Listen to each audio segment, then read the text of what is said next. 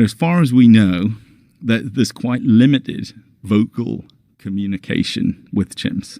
They make they make food grunts, which tells other chimps that they're enjoying some food.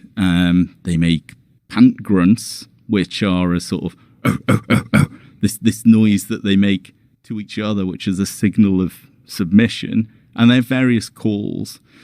But as far as we know, there's not a huge amount of complexity in that. There's not a lot of language. But the amazing thing is that there seems to be some other level of communication going on, that they somehow know what each other are about to do. Or in some circumstances they don't, and they're surprised and it causes conflict. But I think about particularly when you watch chimps go on patrol, right? They patrol their borders, the borders of their territory. And they do that in silence. And they do that for a reason, because they don't want anybody outside their territory to know where they are. But how to coordinate that when they're not making any noise to each other at all? They're looking at each other, and they appear to be reading each other's intentions, and they kind of know without anybody saying anything that we're going on patrol now.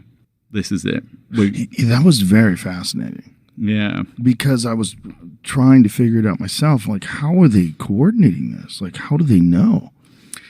They I've had endless conversations with the scientists and at and go about that, and they're stumped as well, because there aren't really any signals that this is about to happen, and they'll be lying around or grooming or doing something completely disconnected, and then one chimp will get up and just start walking off in the direction of the border, and then the others will join, and then as they start moving closer to the border, the amount they vocalize just goes down and down and down to the point of being completely silent. And yeah, it's a mystery. That there must be something going on there, and often, maybe it's associated with specific individual chimps who the other chimps know that those guys are patrol leaders. Years ago, in the early days when the scientists were first there was a chimp called Ellington, and he was the patrol leader when Ngogo was one big group. He never showed any real interest in the dominance hierarchy. So he never made a play to be alpha, didn't really seem that bothered. He was a high-ranking male, but he was not engaged in that internal dominance struggle at all, really. But of all the patrols that they witnessed there, Ellington was the one who was present for the most and quite often leading them.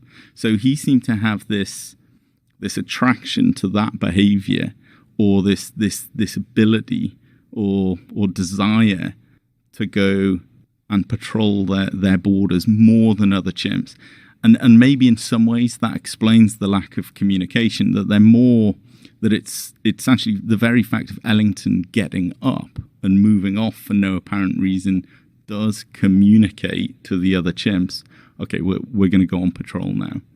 And the sort of modern version of Ellington, who was around during our filming period, is a chimpanzee called Rollins, who similarly has never shown any real interest to make it to the alpha position, whilst all the other males are sort of jostling for position there, and you get the feeling that ultimately they all want to be on that top spot and they'll just get as high as they can. Rollins doesn't seem to have that desire, or certainly it doesn't appear so. But he is the patrol leader. He's always out there in front and taking the Western group on patrols, and they do it a lot, and it's very often him. And what was interesting was that his younger brother, who really is just an adolescent chimp, Damien, he was just kind of coming of age, or just come of age, when we started filming for Chimp Empire. And he really grew into that role during our filming period. He became Roland's sort of second in command during that period.